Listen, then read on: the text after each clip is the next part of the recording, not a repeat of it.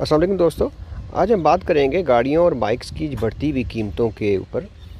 तो पाकिस्तान अब एक हाइपर इन्फ्लेशन की स्टेट की तरफ जा रहा है। हाइपर इन्फ्लेशन में क्या होता है कि आज आप एक चीज़ लेने गए हैं और अगले दिन ही उसकी कीमत डबल हो जाए, अगले हफ्ते उससे डबल हो जाए। तो अब हर चीज़ की कीमत जो है वो रोज़ाना की बुनियाद पर बढ़ रही है, और जो इजाफा है वो रुपयों का नहीं हो रहा। गाड़ियों की कीमतों में देखें कि लाखों रुपए का इजाफा हो रहा है। तो पहले बाइक्स की कीमतों में इजाफा होता था 500 रुपया, 100 रुपया, 1000 रुपया मैक्सिमम। तो अब जो है वो 10-10 हज़ार, 20-20, 30-30, 40-40 हज़ार, और ये महीनों और हफ्तों की बुनियाद पे ये इजाफा हो रहा है। तो ये सिलसिला आगे कहाँ तक जाएगा और कहाँ रुकेगा, और शायद ये मेरा ख्याल है कि गाड़ी की आम कीमत ही करोड़ के ऊपर चले जाए। जो अब नज़र आ रहा है कि आम जो इस्तेमाल की गाड़ियाँ हैं, छोटी मोटी जो घर में हम यूज़ करते हैं आम इस्तेमाल के लिए, वो शायद करोड़ के करीब पहुंच जाएं। जो और ये कुछ कह नहीं सकते जिस तरह कीमतें बढ़ रही हैं। तो मोटरसाइकिल की कीमतें भी इस तरह आसमानों की तरफ जा रही हैं। अब इसका हल क्या है? मेरे ख्याल में इसका जो पाकिस्तान का सर्वाइवल है, इस पूरे इकोसिस्टम को बदलना पड़ेगा। ये सिस्टम अब हमारे फेल हो चुका है। देखिए, इसका जो हल वो है वो सिर्फ इलेक्ट्रिक के अंदर है। पूरे पाकिस्तान को इलेक्ट्रिक में शिफ्ट करना पड़ेगा। रक्शे वाले हैं वो रो रहे हैं रोज़ाना की बुनियाद पे, जनाब पेट्रोल महंगा हो गया, गैस महंगी होगी, एयर महंगा हो गया। भाई आप इसको इलेक्ट्रिक में शिफ्ट करें, और एक पूरा इकोसिस्टम जब आएगा, जब डिमांड आएगी लोगों की तरफ से, तो खुद ब खुद ये एक पूरा चैनल क्रिएट होगा, चार्जिंग स्टेशन बनेंगे। और फिर ये लोग अजीब सा सवाल करते हैं कि भाई बात है कि जी चार्जिंग कितों करनी है, भाई चार्जिंग कहाँ से करनी है? भाई सोलर ही है, हमारे पास लामहदूद एनर्जी है सूरज की, और आप ये जो चार्जिंग स्टेशन है इनको सोलर पे शिफ्ट करें। और तकरीबन 90% जो हमारे पेट्रोल पंप्स हैं ये वापडा के साथ साथ ये सोलर पे शिफ्ट हो गए हैं। तो पेट्रोल के साथ साथ इन्होंने एक चार्जिंग स्टेशन बनाया हो जहां लोग अपनी बाइक या गाड़ी या अपना रक्शा चार्ज करें और चलाएं इसको। तो उसकी कॉस्ट बड़ी जल्दी रिकवर हो जाएगी, स्पेशली कमर्शियल बुनियादों पे। जो ऊबर, क्रीम वगैरह वाले हैं, इन ड्राइवर हैं, ये जो लाहौर वगैरह में जो चलाते हैं, इनकी तो आपकी बचत ही बहुत ज़्यादा हो जाएगी। वो रो रहे होते हैं शाम को, जनाब इतना पेट्रोल लग गया, इतना पेट्रोल लग गया। आप इलेक्ट्रिक पे हो। ये कंपनी जैसे इंडिया में ओला के नाम से है, उनका पूरा एग्रीमेंट है, उनका पूरी फ्लीट है, डेडिकेटेड उनके इलेक्ट्रिक स्कूटर्स हैं, और फिर चार्जिंग स्टेशन है, बैटरी स्वैपिंग होती है, या आप चार्जिंग स्टेशन में जाते हैं। तो लाहौर में जैसे कोई कंपनी हो, फॉर एग्जांपल कोई पेट्रोल पंप वाली कंपनी है, वैसे वो मानेंगे तो नहीं, उनका अपना धंधा ख़त्म हो जाएगा।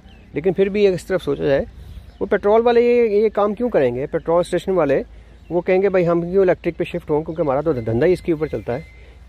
खैर, वो पैरेलली एक साथ चार्जिंग स्टेशन बनाए, और जो लाहौर में जो भी लोग बाइक चलाते हैं रेंट के ऊपर, वो आराम से जब फ्री खड़ा है किसी चार्जिंग स्टेशन में खड़ा हो जाए और वहाँ चार्ज करता रहे साथ साथ। तो ये आपकी बचत है।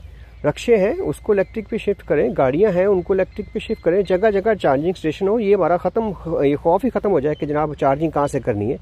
तो ये इसी में सर्वाइवल है। इसकी वजह ये है कि इलेक्ट्रिक जो गाड़ी और बाइक्स हैं, इसके कंपोनेंट्स बहुत थोड़े होते हैं, इसके मूविंग पार्ट्स जो हैं वो बहुत थोड़े होते हैं। इलेक्ट्रिक गाड़ी जो दूसरी पेट्रोल वाली गाड़ी है, इसका जो ट्रांसमिशन सिस्टम भी बड़ा पेचीदा होता है, उसकी कॉस्ट बहुत ज़्यादा होती है। आप ये कह सकते हैं कि गाड़ी का जो ट्रांसमिशन सिस्टम है, इसकी आधी कॉस्ट होती है गाड़ी की, क्योंकि इसके अंदर बड़ी वो प्रिसाइज इंजीनियरिंग की होती है इसके।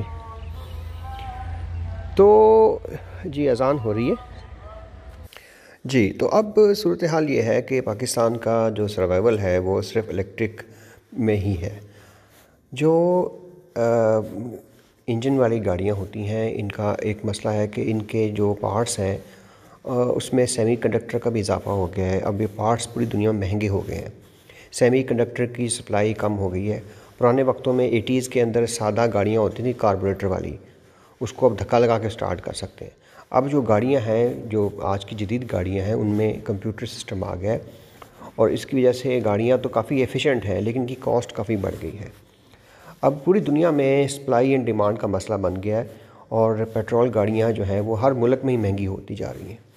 फिर इसके अंदर बहुत ज़्यादा जो एक कंपोनेंट्स होते हैं, जिसके अंदर सबसे पहले इसका स्पार्क प्लग है, इंजन, पिस्टन, फिर ट्रांसमिशन सिस्टम, फिर इसकी tuning, oil filter, air filter और डिफरेंशियल गियर, काफ़ी सारे इसके जो है वो छोटे छोटे काम निकलते रहते हैं। جبکہ الیکٹرک کے اندر صرف ایک موٹر ہے اور اس کا ساتھ یہ جو پورا ٹرانسمیشن سسٹم ہے اس کو انہوں نے ریپلیس کر دیا ہے انجن کے وہ جو موٹر کا کنٹرولر ہوتا ہے اس کے ساتھ انہوں نے ریپلیس کر دیا ہے۔ یہ سائن ویو ڈی سی کنٹرولر ہوتا ہے جس کی مدد سے گاڑی کی سپیڈ کو ہم کم یا زیادہ کر سکتے ہیں۔ تو یہ آپ کا سارا مسئلہ ہی آپ کے ونس فار ایور یہ ختم ہو جائیں گے، آپ کی جو کاسٹ ہے وہ بہت جلدی ریکور ہو جائے گی۔ اب رہی بات اس کے پارٹس کی کہ ہم پارٹس کیسے بنائیں، تو 90% تو موٹر سائیکل پاکستان میں بن رہی ہے پہلے ہی۔ صرف اس کے اندر جو بیٹری ہے، ایون کہ موٹر بھی پاکستان میں بنا رہے ہیں ہم لوگ، اس کی وائنڈنگ ہی کرنی ہوتی ہے، وہ لوگ کر رہے ہیں۔ تو صرف بیٹری کا مسئلہ ہے، وہ بیٹری اگر اچھی کوالٹی کی ہم اگر امپورٹ کر لیں اور اس کی جو کاسٹ ہے وہ ہماری ریکور ہو جائے گی پیٹرول کی مد میں۔ تو سب سے زیادہ جس ٹائم رول ہے جو گورنمنٹ کر سکتی ہے، اور وہ گورنمنٹ کو چاہیے اس حوالے سے، کیونکہ گورنمنٹ کا جو ایشو نظر آتا ہے وہ صرف ڈرتی ہے کہ ہمیں ٹیکس چاہیے۔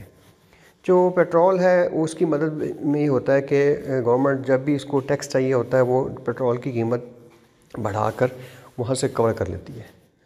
اب سارے پاکستان اگر پیٹرول استعمال کرنا بند کر دے تو پھر وہ گورنمنٹ کہتی ہے کہ ہم کہاں سے پھر ٹیکس اکٹھا کریں گے۔